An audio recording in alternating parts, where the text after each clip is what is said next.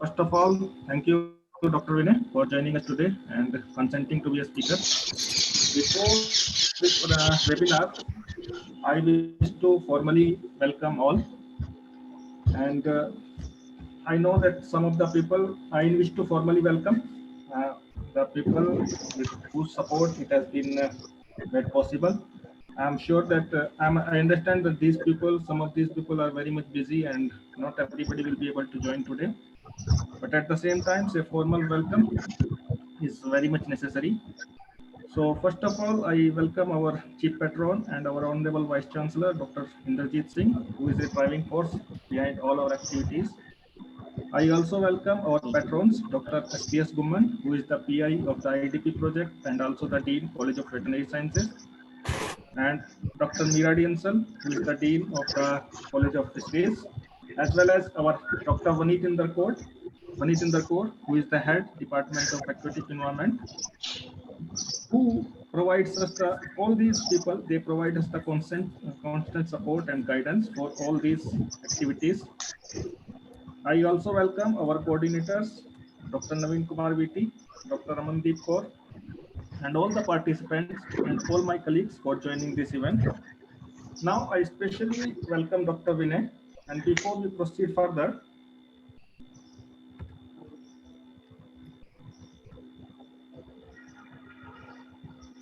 I wish to mention a few things about Dr. Vinay.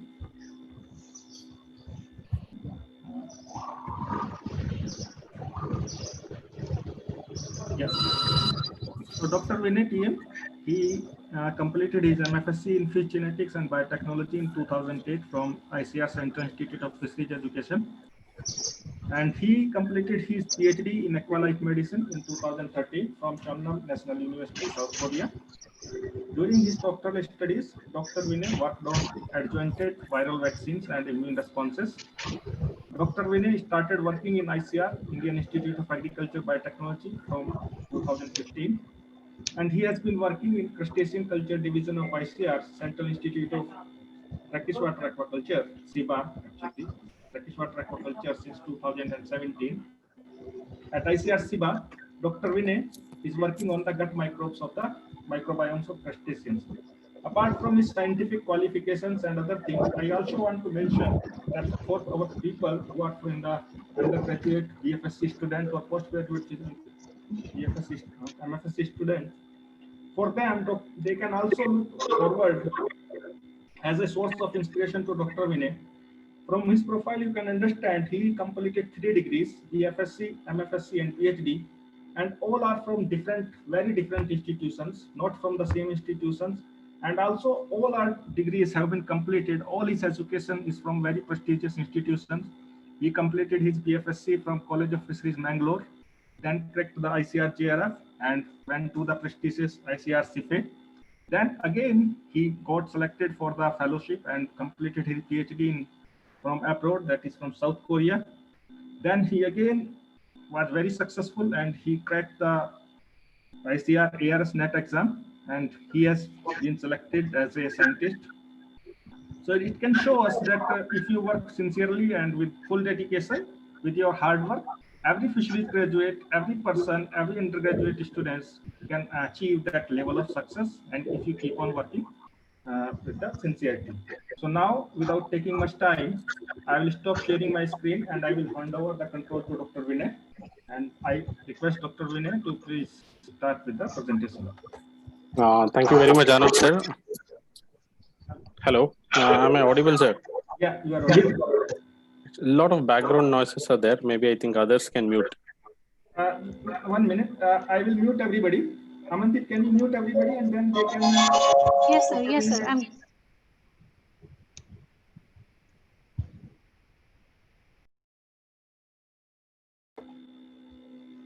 Now, Dr. Vinay, you can unmute yourself and continue.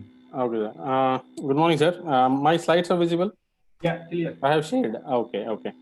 So, good morning, sir. Thanks for the nice introduction. And I also remember that I was one of your junior in College of Fisheries. I remember long back.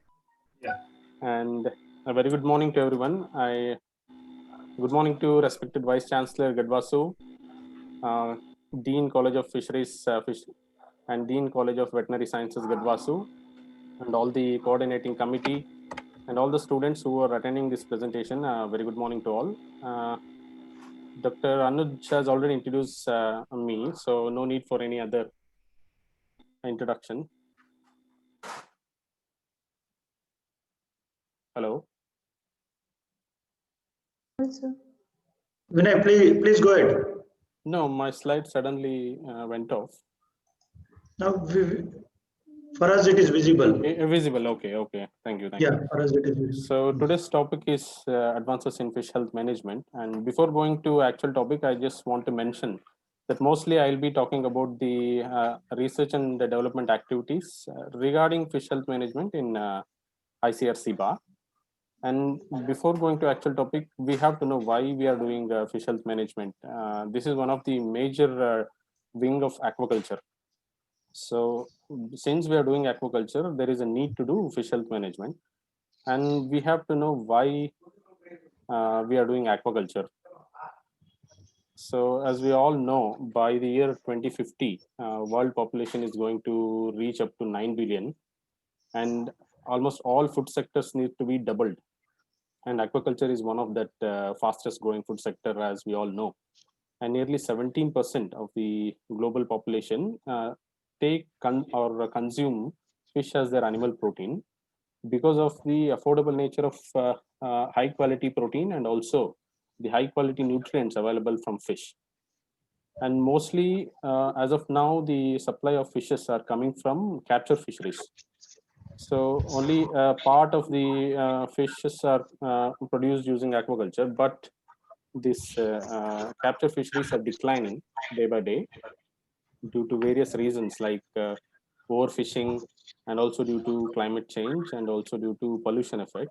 And the only other alternative to fulfill the requirement of fish and fishery products is through aquaculture. So as we know, aquaculture is the farming of aquatic animals in a controlled condition. So in India, we have a very vast aquatic resource for aquaculture and fisheries activity. And like we have 2.21 million hectares of ponds and tanks, nearly 1.29 million hectares of beels, oxbow lakes and swamps, 1.97 million hectares of reservoirs, nearly 1,64,000 kilometers of rivers and canals, and approximately 1.2 million hectares of brackish water area, and 8,085 kilometers of coastline. And among these aquatic resources, brackish water area is very dynamic because species diversity is very high, and we can farm a very high quality and high valued species in brackish water aquaculture. And along with this 1.2 million hectares of brackish water area, recent survey has also shown that in India we have nearly 8 million hectares of inland saline areas, which is not useful for any other purpose. That also we can use for producing this high quality protein, especially shrimp farming. So as I mentioned, brackish water is a very important sector because brackish water area is having huge biodiversity, and also this water is very dynamic, and it won't compete with any other activities like agriculture, industry or construction purpose. If we do aquaculture in freshwater, again freshwater is used for many other purposes, and we may spoil the water resource. So better we can utilize the brackish water aquaculture for brackish water areas for aquaculture to produce high quality shrimp or fish. Today nearly Indian fish farming is mostly dominated by shrimps, and 95% of the shrimp production is going on in brackish water areas only. So as I mentioned, there are a lot of high quality species available for aquaculture in brackish water, namely sea bass, Siganus, and also this red snapper. They are very high valued species. In this slide, you can see that there are many species which SIBA is working on. And for all these species, seed production, growth technology, its nutrition, and also their health management practices have been well established. And if any entrepreneur wishes to do fish farming or shrimp farming, they can approach SIBA and get the technology, and they can go for this kind of fish farming. So when we have aquatic resource plus animals which we desire to farm, in order to meet the increasing demand, we have to go for aquaculture. So just aquaculture is not enough. We have to go for high intense aquaculture. Once we go for intensified aquaculture, there is a chance that this host pathogen and environment may have a imbalance. So when this imbalance occurs, there is every chance of outbreak of diseases in aquaculture environment. So these diseases may be due to bacteria, virus, or parasites. And also diseases may occur due to imbalance in the physicochemical parameters, which may be caused due to high intense aquaculture. So there is a need for proper health management to get a very good production.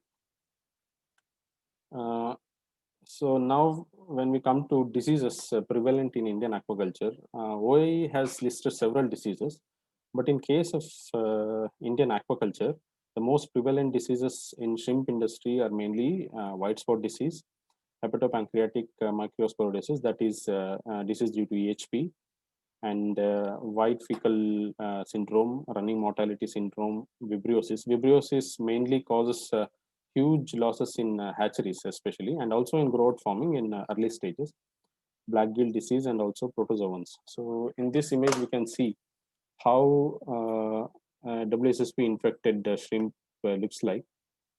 And when we have a WSSP infection, within 4 or 5 days, we lose the entire crop. So there should be proper practice, hygienic practice in shrimp farming. And EHP especially we may not have huge mortalities, but the growth will be very different. So we will lose the cost of production will be high, and again we'll have a very huge loss. And coming to fish diseases, mainly in brackish water, the high valued fish is sea bass, latest calcarifer, and it is having problem with some viral diseases like iridovirus and viral nervous necrosis. Hence, it has to be managed properly. So in this slide, we can see that over a period of time, how the intensification has increased and how the diseases have increased, and how these diseases are leading to huge losses in aquaculture production. And this is one of our recent publication from SIBA, where we have done a large survey and shown that every year India is losing nearly 1.02 billion US dollars due to EHP and white spot syndrome alone. So in farming system, these are the main diseases. This has to be managed properly.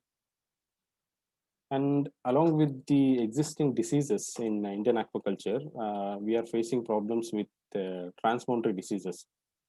Recently from India, several new diseases have been reported, like RSIV. It is an iridovirus which has been reported from sea bass. ISKNV is also an iridovirus which has been reported from several species. And tilapia lake virus especially infects tilapia, but it is also found that tilapia lake virus can infect sea bass also. So as I mentioned, RSIV and ISKNV, even Dr. Naveen is involved in this study. So once we know that this kind of diseases are emerging, we should be prepared, and proper diagnostic methods and also proper preventive methods has to be established. In order to control this kind of emerging and transboundary diseases, we should develop some preventive measures like development of vaccines, which are very important for fish farming. Especially vaccines have saved, helped in controlling several diseases in aquaculture.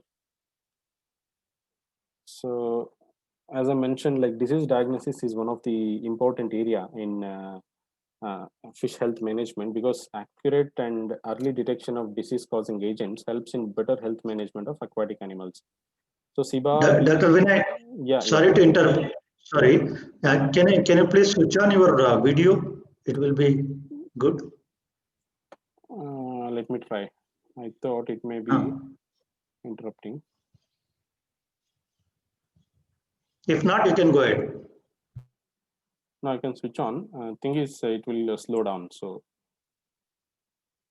Fine. Then please go ahead. Please go ahead. Sorry. And SIBA being a Research and Development Institute, we here working on development of cutting edge diagnostic technologies for various detection of various pathogens. For example, like here I have mentioned some kits used for EHP, VNN, and WSSV detection. And like this, several other things are also under development. These things are already standardized and it is already commercialized. So along with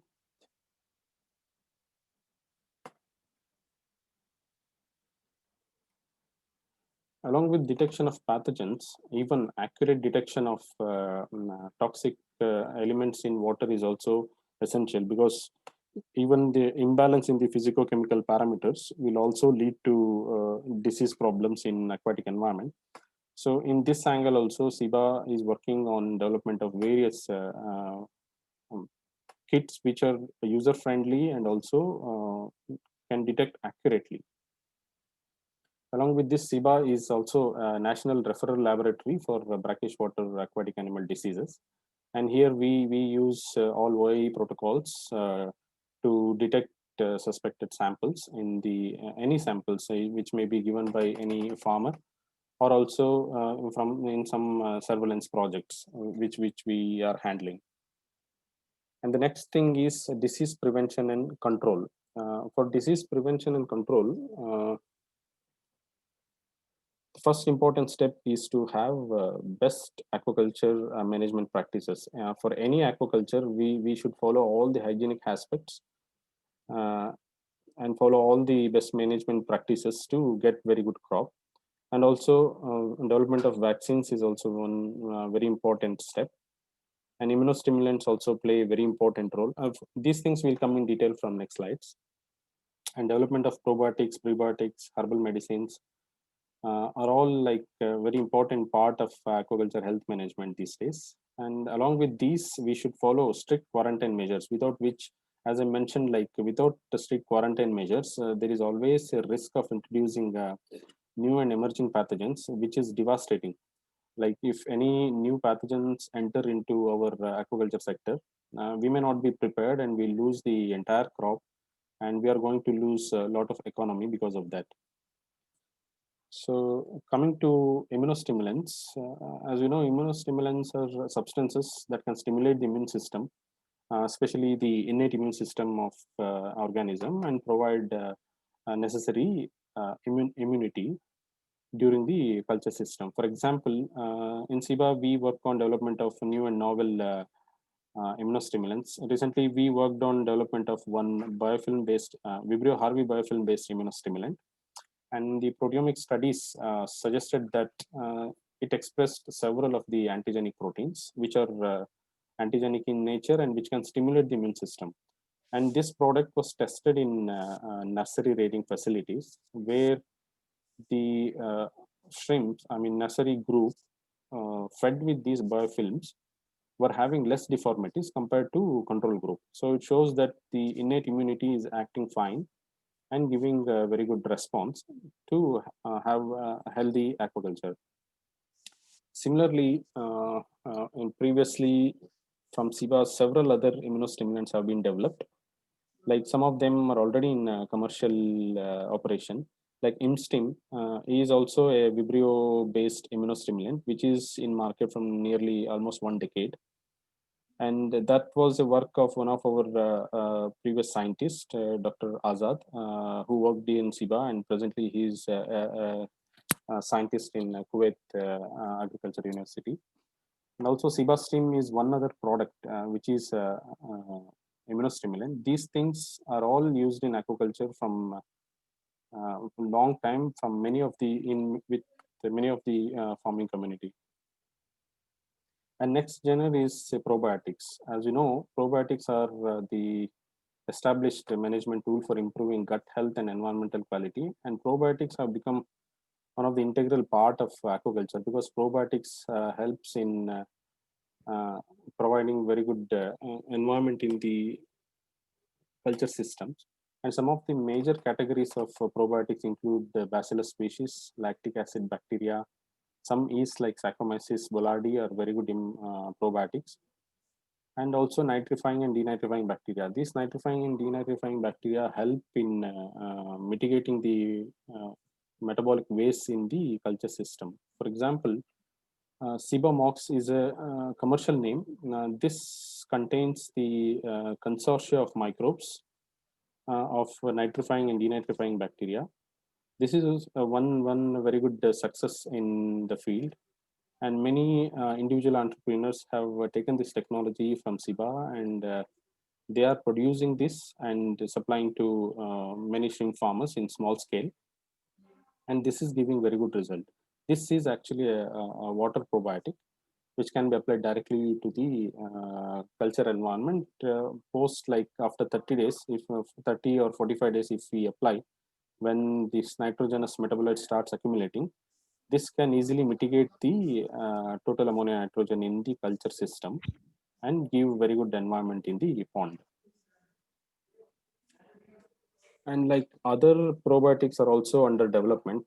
This is one example of the R&D activities where Bacillus subtilis is used to form nanobiotics. At R&D stage, this has given very good result as a gut probiotic, which can enhance the beneficial microbes in the gut of shrimps and provide very good healthy environment. And similarly, we are working on characterization of several gut probiotics, which are isolated from the resident species, maybe from shrimp gut or crab gut or even from milkfish gut, which possess lot of beneficial microbes. So these are some of the activities in probiotic development. And the next component is bacteriophage.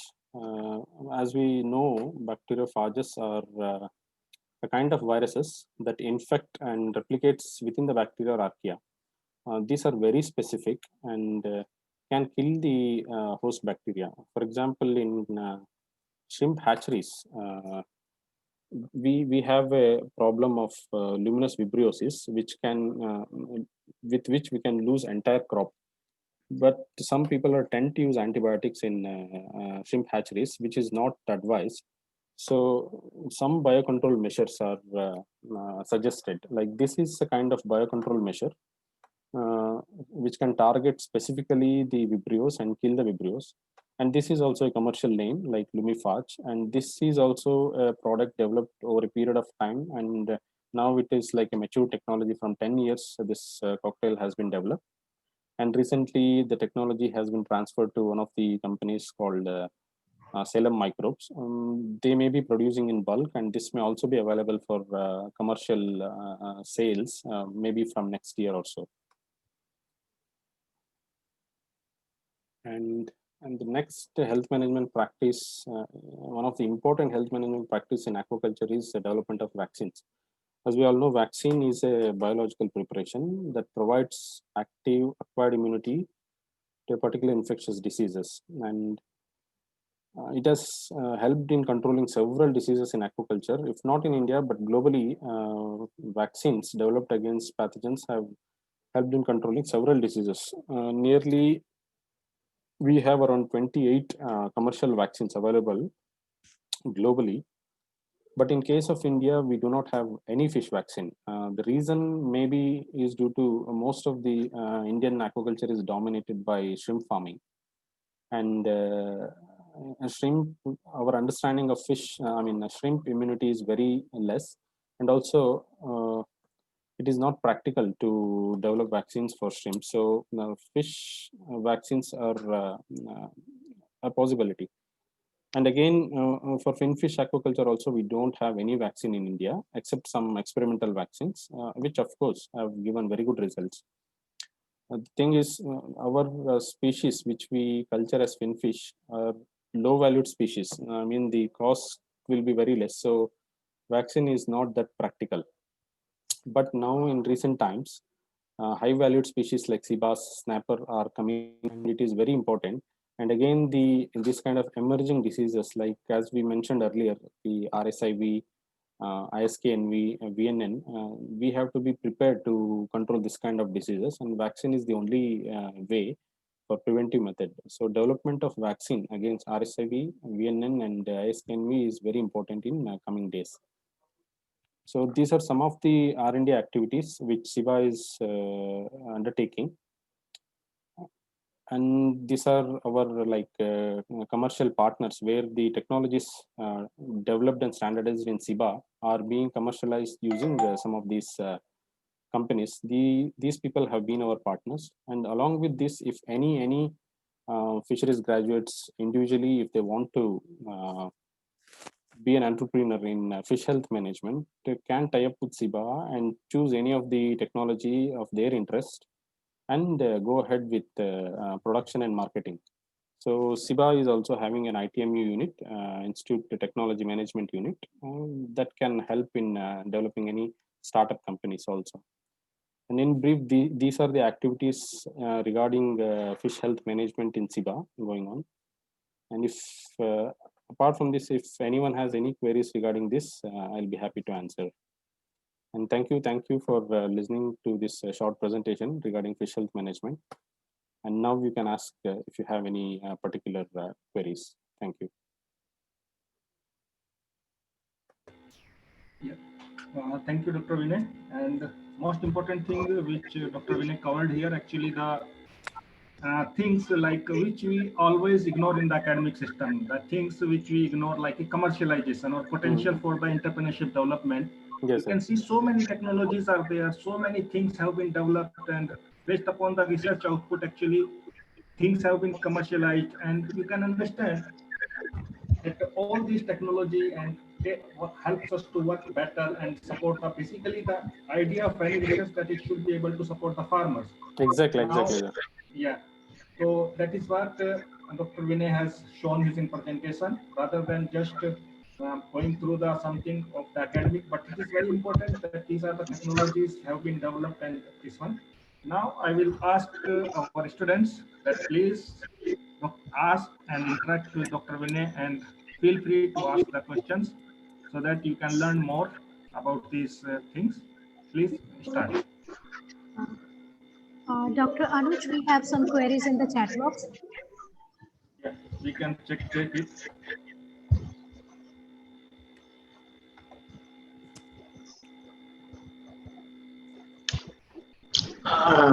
Dr. Vinay. Yeah. There's one question from the student. Okay. So there are several vaccines have been developed in the world and also in the India. Yeah. But we don't have a single commercial vaccine in India. So what may be the reason for this? Okay. We have to see what kind of species we are producing. Let's say, for example, Indian aquaculture, mostly we produce, Indian aquaculture is synonymous to shrimp production. In shrimp aquaculture, we don't need any vaccine. And one more reason is that shrimp immunity is not understood very well. So the production of vaccine in India is out of question. And again, if you come to other fin fishes, the species which we produce are of very low valued in the sense in terms of money, not in terms of quality. So let's say if we produce carps,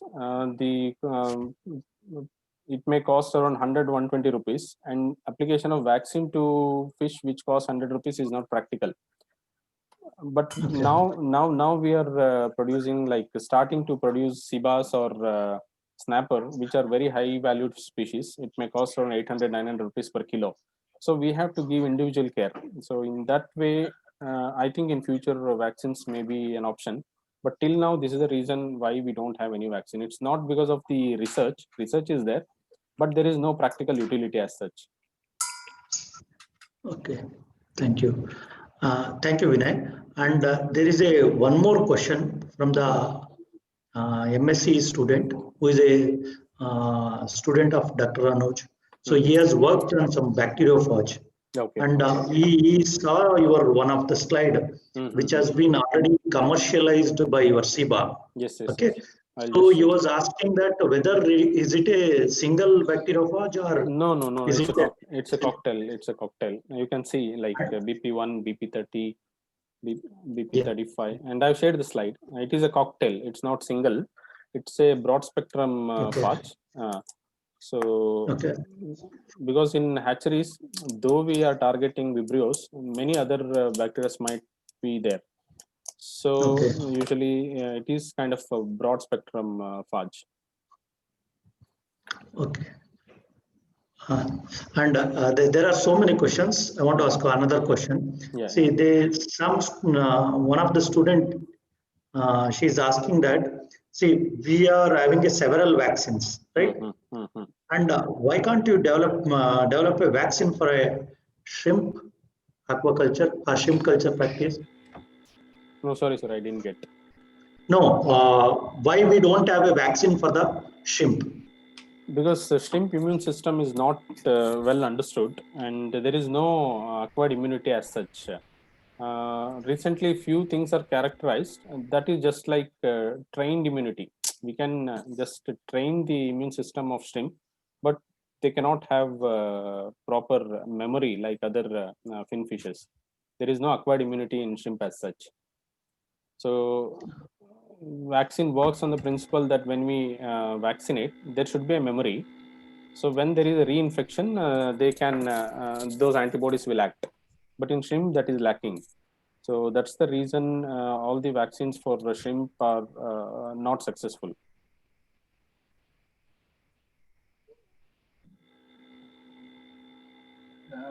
I will request any other students, if you have any answer query, please put it in the text box, or you can WhatsApp us. We can go through it. So that is the reason mostly for shrimps, people are working on development of immunostimulants, which can give like short-term memory, which can be fed at shorter intervals. So that in that short span of 3 to 4 months of culture, immunostimulants are enough. No need for vaccination. Yeah, Dr. Vinay, one Yes. question I also have. Yes, sir. Yes, sir. Yeah, is there any work like something going on in case of antimicrobial resistance in the SIBA, since it is also emerging problem in the Yes, yes, sir. aquaculture? There is one big project along with NBFGR AMR project. In that, SIBA is also involved. SIBA is also having certain components in surveying the antimicrobial resistant genes in shrimp production areas. Okay. So that work they are doing, sir. It is going on. Oh, thank you. Dear students, you can unmute yourself and ask your questions directly. So there is one more question in the chat box from Deepan Modi. So they are asking about the cost of these disease diagnosis kits. Are these affordable for the small and marginal communities? Yes, like SIBA is an ICAR institute which comes under Ministry of Agriculture, and no technologies are sold for what to say to make profit. So even entrepreneurs are chosen based on their background and their need. So we simply don't give to anybody who comes with money. If they really have the interest, and if they just as a marginal fee, if we give any technology for free, they may not take it seriously. So just as a government fee, SIBA will charge them a minimum amount. And even for commercial producers, SIBA will fix the price. They cannot exceed any price which is more than the already available kits. For example, SIBA is also working on shrimp feed. This is just an example. So we have Vanami Plus, which is almost similar as any CP or Grovel feeds. So the cost of production has been standardized, and it costs around 65 rupees. So, but the commercial feeds cost nearly 80-85 rupees. So this is kind of benchmark. So any technology developed by SIBA won't cost much, And I'm even sure from that commercial producers. And I'm sure, Dr. Vinay, they are having a technology management cell which might be. Yeah, we have a technology management unit. From there, we will manage everything. And any technology, if we give to commercial operators, we will calculate the cost, including their profit. Any entrepreneur should have their own profit. No, they cannot simply make profit out of this one. So cost of production, above that, they may have some 5-10% profit. And they have to sell the product below any other products which are already available in the market. So any entrepreneur can basically contact them. Yeah, yeah. Any interested graduates also contact. They can start a startup. So those things are also available. Like recently, for example, I was mentioning SIBA Mox. This technology is also taken by one of our batchmate. He is doing shrimp farming in Andhra. This technology entire setup we are helping them to build. And they will invest there for their fermenters, all those things. But technology and all the isolates, everything will set up for 1 year. We'll help them in their production also, how to standardize. So marketing thing based on their skill they have to develop. Whatever contacts we have, they'll get that also. One more question is from one student. Yes, sir. See, she has mentioned that, sir, as you have told, that India has almost 8 million hectares of saline area. Yes, yes, yes, sir. Any specific projects going on in this area? Yeah, SIBA as a institute project, some inland saline aquaculture projects are there.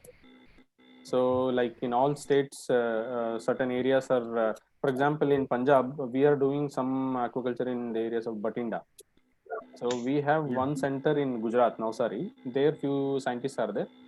They are attached to that, and they are doing shrimp farming in Batinda. Even one of the SIBA fish feed has been installed there now. Feed mill. Now, मतलब ये अजीब है question पूछा. So you said India has 8 million. हाँ जी sir. Yeah, yeah. Can you repeat the question? Anybody has any question?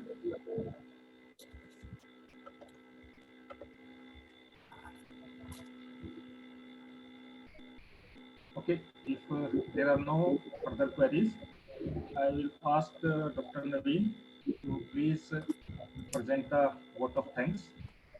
And Yes, sir.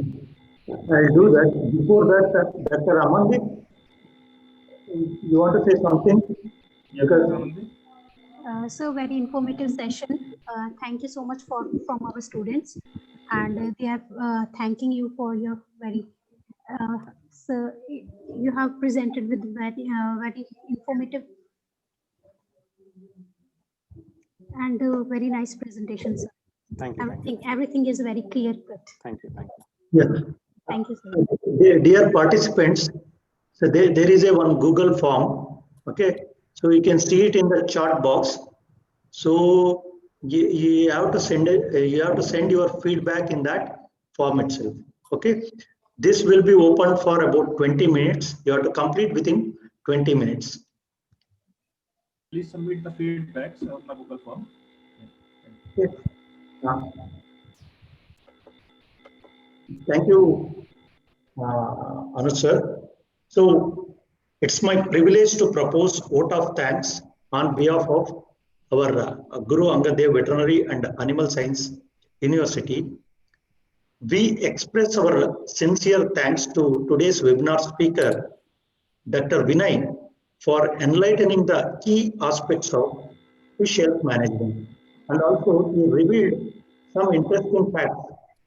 The point where Dr. Vinay told about emerging diseases like KILB, RSIV, and ISKNV, and also he has showed the diagnostic kits which has been developed by SIBA, and also immunostimulants which is developed by SIBA scientists.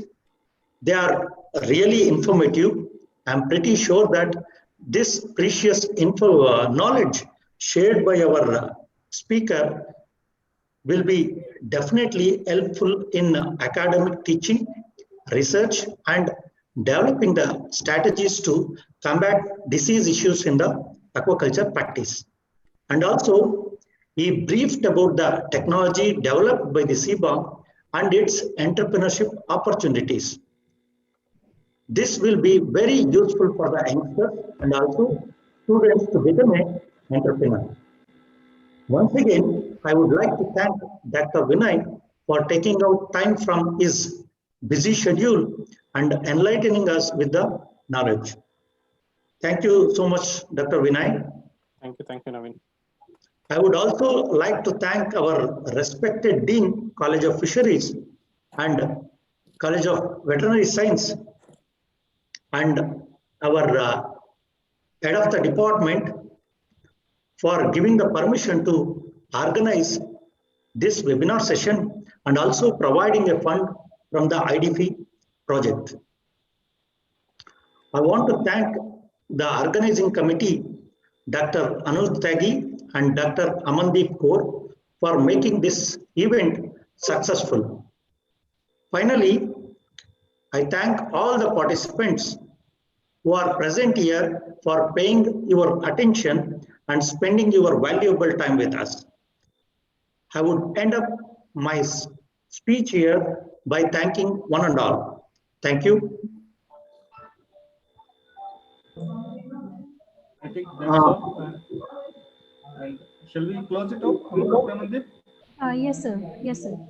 Yeah. Thank you so much, sir. So, Thank you, Dr. everyone. Vinay, and thank Thank you, you, sir. everyone. Thank you, sir. Thank you. And Thank you. have a good Yeah. night. Take care. Have a good day. Thank you.